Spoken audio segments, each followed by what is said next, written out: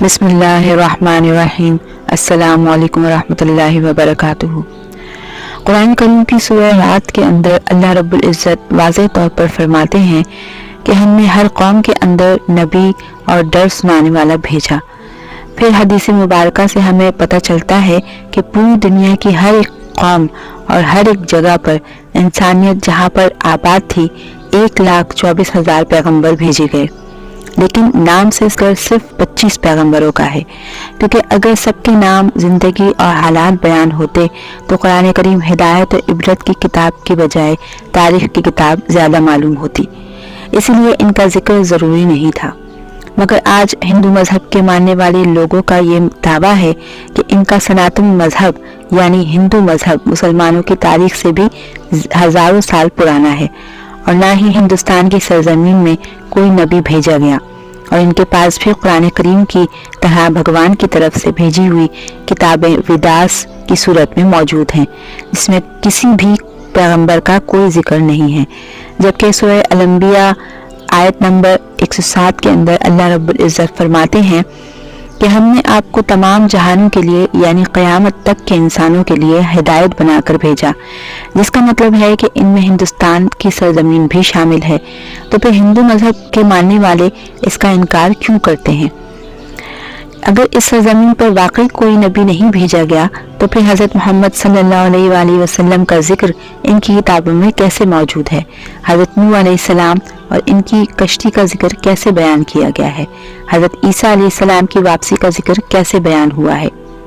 ایک اللہ کی عبادت کا کیوں کہا گیا ہے؟ اگر یہ واقعی اس قوم کے اندر ہدایت کے لیے آنے والے کسی نبی کی تعلیمات ہیں جنہیں وقت کے ساتھ بگاڑ دیا گیا ہے تو وہ کون سے پیغمبر ہیں؟ یعنی سوال یہ ہے کہ یہ ہندو کس نبی کی امت ہیں؟ آئیے ان سوالوں کا جواب تاریخ سے تلاش کرنے کی کوشش کرتے ہیں اور ایسے حقائق جانتے ہیں جو تمام ہندو پنڈت، اسکالرز اور تاریخ دان آج تک دنیا سے چھپاتے ہیں۔ مگر ویڈیو میں آگے بڑھنے سے پہلے میرے چینل ہسٹوریکل ورلڈ کو سبسکرائب کیجیے اور بیل آئیکن کو بھی پریس کر دیجیے تاکہ میری نئی آنے والی ویڈیوز آپ تک موصول ہوتی رہیں۔ ہندو مذہب کے ماننے والوں کا یہ دعویٰ ہے کہ یہ سب سے قدیم ترین مذہب ہے، اتنا قدیم کہ جب اسلام اور مسلمان لفظ تک کا وجود نہیں، جو کہ صحیح بھی ہے، کیونکہ کفر و شرک کی ابتدا اسی دن سے ہو گئی تھی جب حضرت آدم علیہ السلام کے بیٹے قابل نے حابل کو قتل کیا اور ان سے الگ ہو کر کفر و شرک میں مبتلا ہو گئے۔ حضرت ابراہیم علیہ السلام کی قوم بھی بت پرست تھی، موسیٰ علیہ السلام کی قوم نے بھی ایک وقت پر سونے کے بچھڑے کی عبادت شروع کر دی تھی، یہاں تک کہ نبی پاک صلی اللہ علیہ وآلہ وسلم کے اعلان نبوت سے کعبے کے اندر 360 بت موجود تھے جنہیں فتح مکہ کے وقت صحابہ کرام رضی اللہ تعالی عنہم اجمعین نے توڑ کر ٹکڑے ٹکڑے کر ڈالا۔ اس سے یہ معلوم ہوتا ہے کہ بت پرستی تو دنیا کے پہلے انسان حضرت آدم علیہ السلام کے ایک نافرمان اولاد کے وقت سے آج تک موجود ہے، مگر اس کا تعلق کسی مذہب سے نہیں بلکہ گمراہی سے ہے جو کہ شیطان ان سے کرواتا رہا۔ مگر جہاں تک ہندوستان کی سرزمین کا تعلق ہے تو یہاں پر ان لوگوں کی ہدایت کے لیے یقیناً کئی پیغمبر بھیجے گئے جن کی کچھ تعلیمات تو آج بھی صحیح حالت کے اندر موجود ہیں، مگر زیادہ تر کو بگاڑ کر اسی کی وجہ سے بت پرستی اور گمراہی شروع کی، کیونکہ ان کتابوں میں آج بھی ایک خدا کی عبادت کا حکم دیا گیا ہے۔ یہ بتایا گیا ہے کہ خدا کا کوئی شریک نہیں، وہ ایک ہے، اس کی کوئی اولاد نہیں، مگر پھر بھی اس کی کئی مورتیاں بنا کر اور شریک خدا بنا کر پوجا ہوتی ہے، اور اب تک ہندو مذہب کے اندر چھوٹے بڑے تقریباً کئی ملین خدا بنائے جا چکے ہیں۔ ہندو اسکالرز کا یہ دعویٰ ہے کہ اسلام کی شروعات آج سے 1400 سال پہلے ہوئی، مگر ہندو مذہب اس سے بھی پہلے دنیا کا پرانا ترین مذہب ہے، اس لیے اسلام کا ہندوستان کی سرزمین سے کوئی تعلق ہی نہیں ہے۔ لیکن کم عقل اس بات کو نہیں جانتے دنیا کا پہلا پیغمبر ہی ہندوستان کی سرزمین پر اتارا گیا۔ جی ہاں، حضرت آدم علیہ السلام کو دنیا میں اس وقت ہندوستان کی سرزمین سری لنکا کی ایک پہاڑی پر اتارا گیا تھا جہاں پر آج ان کے قدموں کا نشان موجود ہے، یعنی اس سرزمین پر پہلا ہی قدم ایک مسلمان پیغمبر نے رکھا، جس کا مطلب ہے کہ اسلام کی ابتدا عرب سے نہیں بلکہ ہندوستان کی سرزمین سے ہوئی، کیونکہ مسلمان لفظ کا مطلب ہے اپنی خواہشوں کو رب کے حوالے کر دینے والا، اس کا حکم ماننے والا انسان۔ حیرت انگیز طور پر لفظ آدم بھی سنسکرت زبان کا لفظ ہے جو کہ ہندوستان کی سرزمین کی زبان ہے، نہ کہ عرب کی زبان، جس کا سنسکرت میں مطلب ہے پہلا، شروعاتی، یا اوریجنل. اسی لیے آدمی کا مطلب ہے حضرت آدم علیہ السلام کی اولاد، جنہیں قدیم سنسکرتی کتابوں میں سموا اور منو کہہ کر پکارا گیا ہے. اگر ہندو کسی وجہ سے ان کے وجود سے انکار کرنے کی کوشش کریں تو ایسا بالکل ناممکن ہے کہ ان کی مقدس کتاب رگ وید اور بھوش پران میں حضرت آدم علیہ السلام کی تخلیق، فرشتوں کا انہیں سجدہ کرنا، آدم علیہ السلام سے حضرت حوا کی تخلیق، شیطان کا ان دونوں کو بہکا کر جنت سے نکالنا اور پھر زمین پر اتارنے کا تذکرہ واضح طور پر موجود ہے. بھوش پرانا چیپٹر 4 to 7 کے اندر یہ پورا واقعہ بیان ہے، بالکل ایسے ہی جیسے قرآن پاک کی سورہ البقرہ میں اور انجیل مقدسہ میں مرثیہ پرانا کے اندر میں بھی لکھا ہے کہ خدا نے آدم علیہ السلام کے جسم کو 2 حصوں میں تقسیم کیا، ایک سموا منو اور دوسری کو فیمیل یعنی شترو پاکا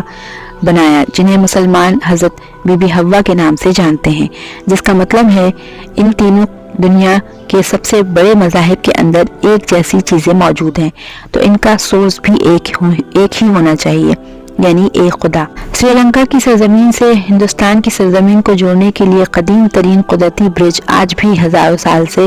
پانی کے درمیان موجود ہے، جس کا بننا کوئی اتفاق نہیں. اس کے بعد سب سے اہم سوال یہ ہے کہ ہندوستان کی سرزمین پر کس پیغمبر کو بھیجا گیا ہوگا. اس بارے میں ہمیں تاریخ میں کچھ شواہد اور ثبوت ملتے ہیں. سب سے پہلے بات، ہندو نام کا مذہب تاریخ کے اندر کہیں بھی موجود ہی نہیں ہے، اور نہ ہی ہندو مذہب کتابوں میں اور نہ ہی کوئی اور آسمانی کتاب مثلا تورات، زبور اور انجیل کے اندر اس کا کوئی ذکر موجود ہے. بلکہ دریائے سندھ کے پاس رہنے والے سندھو ندی کے قریب رہنے والے لوگ اپنے علاقے کی نسبت سے نام کو بگاڑ کر ہندو کہلائے جانے لگے،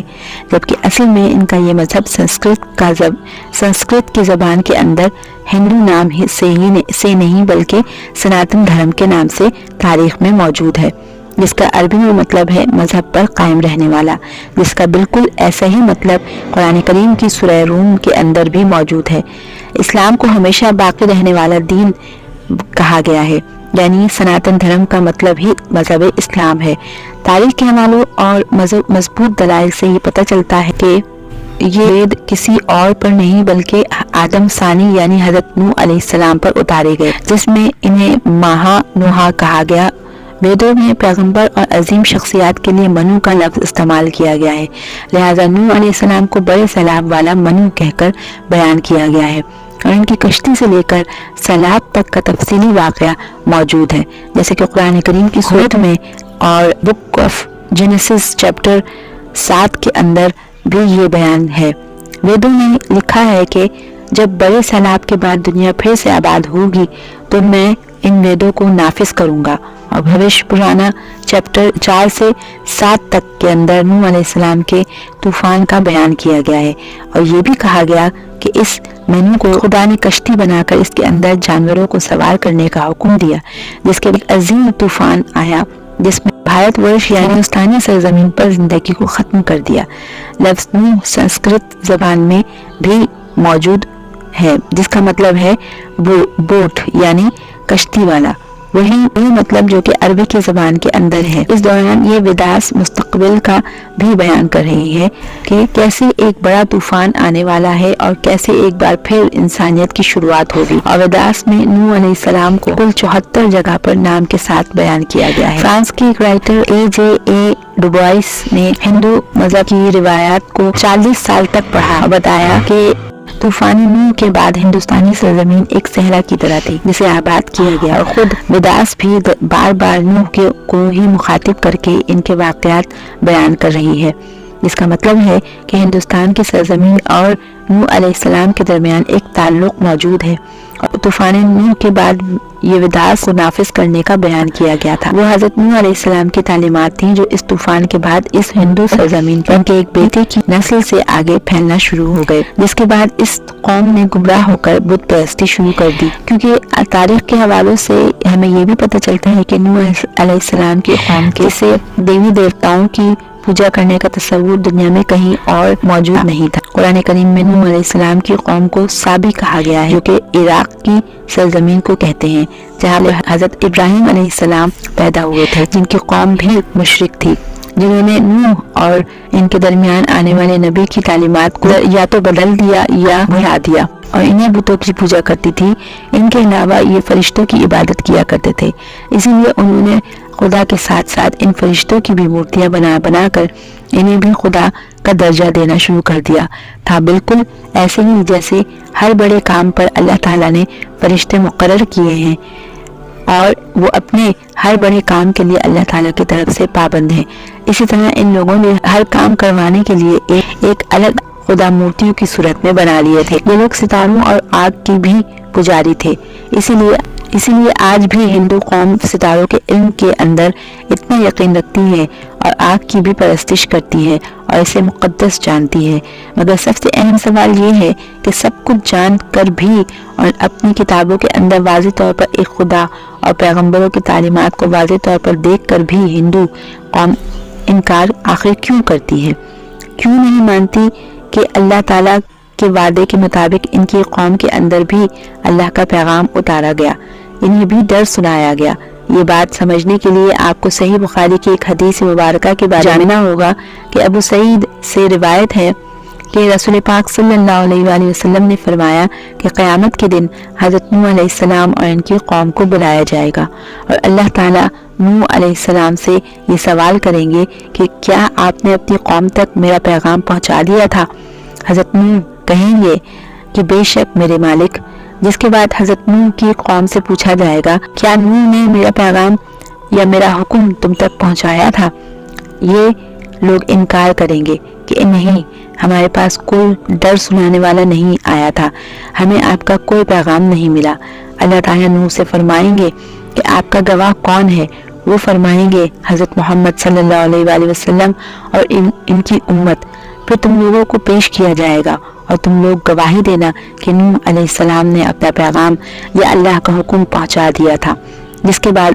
نبی پاک صلی اللہ علیہ وآلہ وسلم نے سورہ بقرہ کی آیت نمبر 143 پڑھی کہ اور اسی طرح سے ہم نے تمہیں امت وسط بنایا، یعنی درمیانی امت بنا دیا تاکہ تم لوگوں پر گواہ رہو اور رسول تم پر گواہ رہیں، جس سے یہ بات ثابت ہوتی ہے کہ یہ ہندو قوم کبھی بھی اپنے نبی نوح علیہ السلام کی تعلیمات یا کسی اور پیغمبر کو تسلیم نہیں کریں گے۔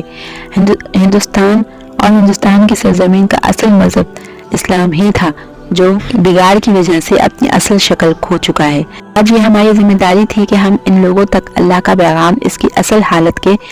اندر پہنچاتے، کیونکہ ہمارے رسول کو تمام جہانوں کے لیے رحمت بنا کر اور ڈر سنانے والا بنا کر بھیجا گیا۔ اب قیامت تک کیونکہ کسی رسول یا پیغمبر نہیں آنا، اسی لیے اب یہ کام امت مسلمہ کی ذمہ ہے کہ قیامت کے روز اس بارے میں سوال کیا جائے گا۔ ڈاکٹر ذاکر نائک اور احمد دیدار جیسے لوگوں نے موجودہ دور کے اندر اس کی بہت کوشش کی اور کافی حد تک یہ کامیاب بھی رہے۔ کافی تحقیق سے لوگوں کو مسلمان بھی کیا اور انہیں لاجیکلی طور پر تحقیقت تک پہنچانے میں کامیاب رہے، مگر افسوس ہمارے ملک پاکستان میں فرقہ واریت سے بھرا دین اس انداز کے اندر موجود ہے کہ جو کہ ہم پوری دنیا میں تبلیغ کے طور پر پیش کرنے کے قابل ہی نہیں ہیں، کیونکہ آج کا مسلمان تحقیق کے معاملے اور علمی میدان میں دنیا سے بہت پیچھے رہ چکا ہے۔ اللہ تعالیٰ ہمیں سمجھنے کی اور عمل کرنے کی توفیق عطا فرمائے۔ ملتے ہیں کسی اور ویڈیو کے ساتھ، جب تک کے لیے اللہ حافظ۔